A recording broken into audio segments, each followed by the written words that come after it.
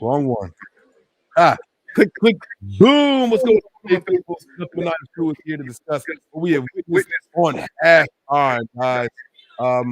Fellas, the Niners are up 20-3. We look dominant. We've had the ball for damn near 25 minutes. I mean, what are your guys' thoughts on what we're seeing? The Niners show they can be consistent. Came out and they damn near duplicated last week's first half production. What are your guys' thoughts on it all? Yeah, Wayne. I mean, like you said, Mike, the 49ers decided they were going to come out here and control the tempo, control the clock, and they actually took the life so far in this first half out of the Jacksonville Jaguars. It's like they came, they traveled, they doing what they're supposed to do, and they getting what they need to get right now on the road.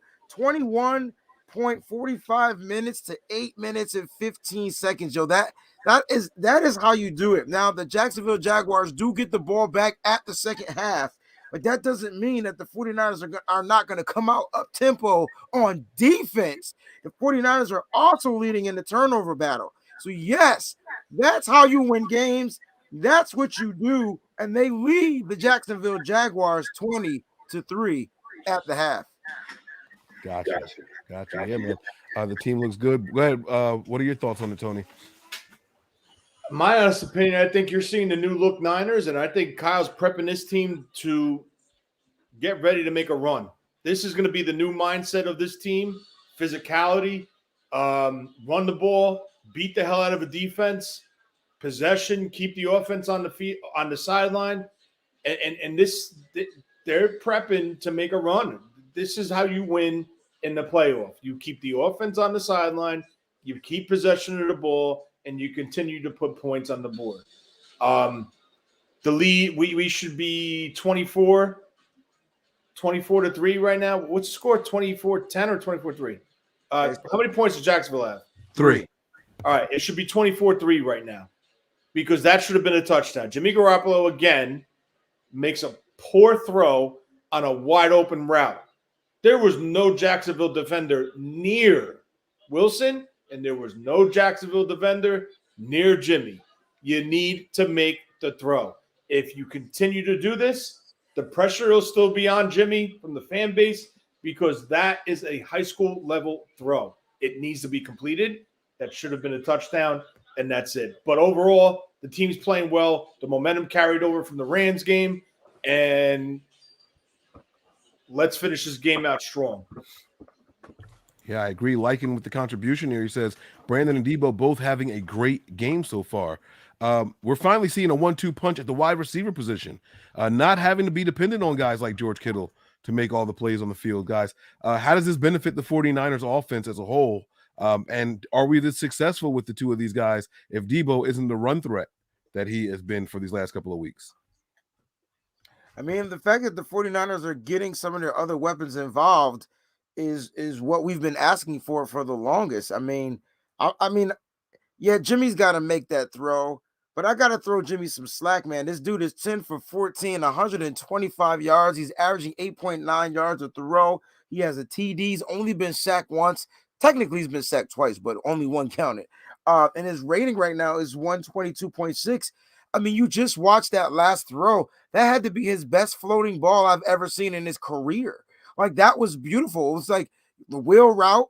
Trey Sermon goes upfield, wide open, and Jimmy just got to float it there and let Trey go out and make the catch, you know? So Jimmy's looking pretty darn good. Tony, I do agree with you. He has to make that throw.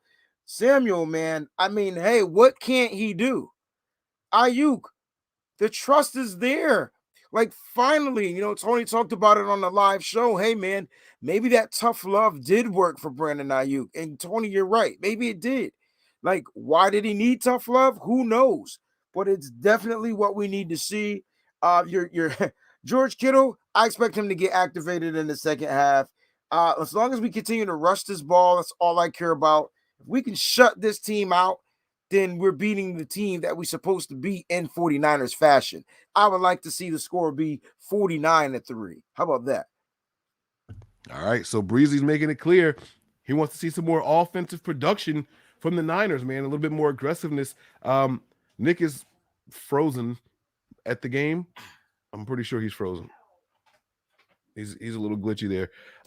What do you guys think of our play calling on that last minute and 47 seconds?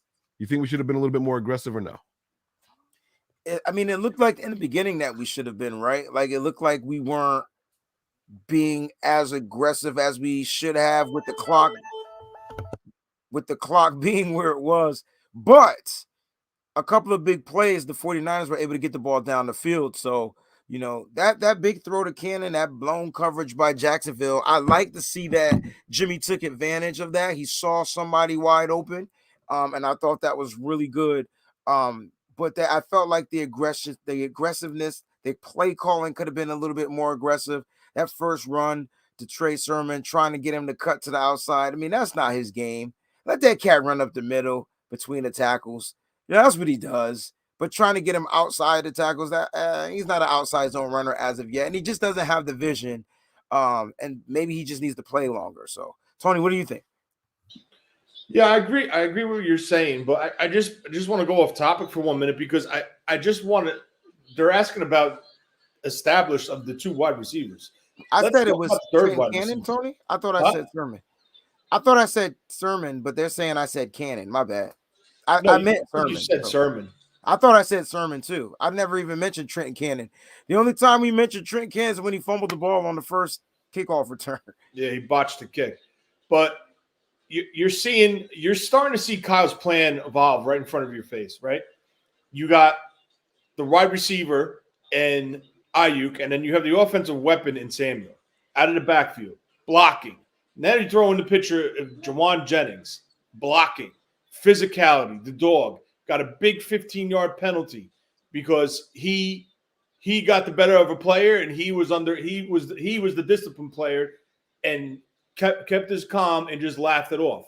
So you're starting to see this offense evolve now, and as long as Jimmy's playing good statistically, I still believe he's got to make that throw, but he's playing within the structure of the offense. He's not making them do. He's not making them. If he had 25 attempts right now, I'd be like, yo, listen, I'm very nervous. What?